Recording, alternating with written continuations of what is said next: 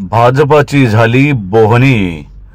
जामनेर येथे पहिला नगरसेवक अर्थातच नगरसेविका बिनविरोध विजयी।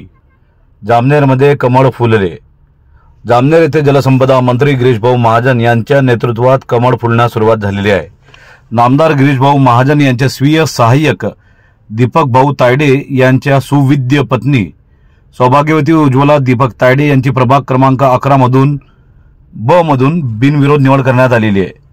जामनेर नगरपालिका निवडणुकीत महत्त्वाचा प्रभाव असलेल्या प्रभाग क्रमांक 11 मध्ये आज अनेक नाट्यमय घडामोडी घडल्या आणि त्यानंतर भारतीय जनता पक्षाच्या अधिकृत उमेदवार सौ उज्ज्वला दीपक तायडे यांच्या विरोधातील उमेदवार यांचा अर्ज छाननीमध्ये बाद करण्यात आला।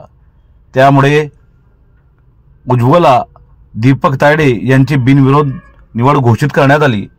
या निवडीमुळे जामनेर शहरात भाजपाचे कमळ फुलण्यास सुरुवात झालेली आहे। जलसंपदा मंत्री गिरीशभाऊ महाजन यांचे अनेक वर्षापासून स्वीय सहाय्यक असलेले दीपक भाऊ तायडे यांच्या त्या पत्नी आहेत।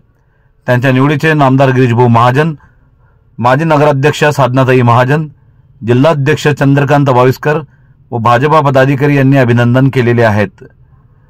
जळगाव जिल्ह्यातील नगर परिषद व नगरपालिका निवडणुका संदर्भात अधिक बातम्या जाणून घेण्यासाठी सबस्क्राइब करा इंडिया 365 लाईव्ह।